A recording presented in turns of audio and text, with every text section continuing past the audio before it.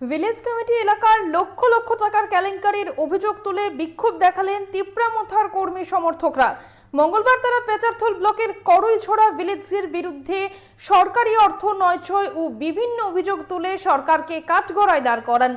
তাদের এই অভিযোগ বেলা 12টাও ভিলেজ অফিস খোলা হচ্ছে না, ফলে বিভিন্ন পরিষেবা থেকে বঞ্চিত হচ্ছেন গ্রামবাসীরা। যদি সমস্যা দ্রুত সমাধান না হয় তাহলে ভিলেজ অফিসে তালা দেওয়ার হুঁশিয়ারি দেন তিপ্রামথার কর্মীরা। আমরা শুনবো তারা কেন বিক্ষোভ প্রদর্শন করছেন।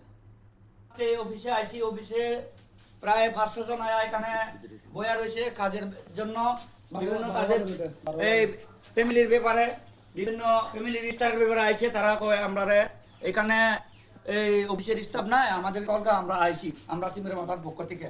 কারণ এখন টাইম প্রায় 12টার উপরে, এখনো তালা মারা। কারণ এখানে কি এইভাবে প্রতিনিয়ত চলতেছে আমাদের করইছড়া পঞ্চায়েতে। এখানে শুধু দালালগিরি, কোটি কোটি টাকার, লক্ষ লক্ষ টাকার, এখানে কোটি কোটি টাকা, লক্ষ লক্ষ টাকার নয়শয় করা হচ্ছে।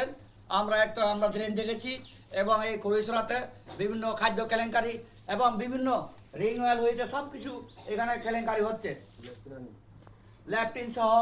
এবং আপনারা দেখেন, আমরা একটু আগে দেখেছি, যেহেতু আমরা দেখাইছি, এটা আপনারা ভালোভাবে দেখেন। ব্যাকুনের সহ এসং এই অবস্থান খারাপ, অভিজ বন্ধ হবে 12:30 বাজে অভিজ নেই।